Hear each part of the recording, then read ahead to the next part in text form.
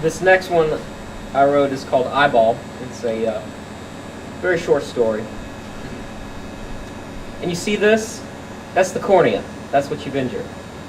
The doctor was kind and pointed to the model and explained everything to Daniel slowly. Daniel nodded his head continually. We've already learned about the eye in science class. He stood there silent for a second, unblinking. Here's the bad news. You have to wear a patch over your eye for the next 6 weeks. 6 weeks?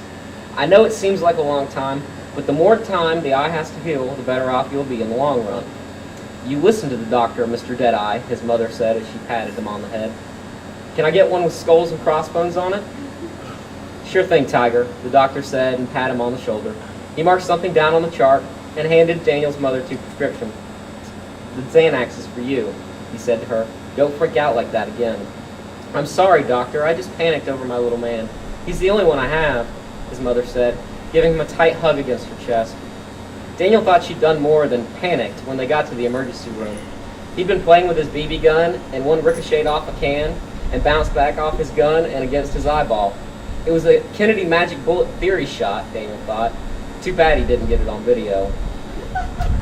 Once inside the sliding doors, his mother dragging him by the arm as he held a wet cloth to his eye, she let loose a torrent of hellfire and brimstone. Instead of filling out the paperwork like she was asked, she began to scream, "Someone better help my son right now, or else I'm going to let loose the thunder of the Lord." It was fortunate the hospital staff were there to help her when she fainted moments later and dropped to the floor.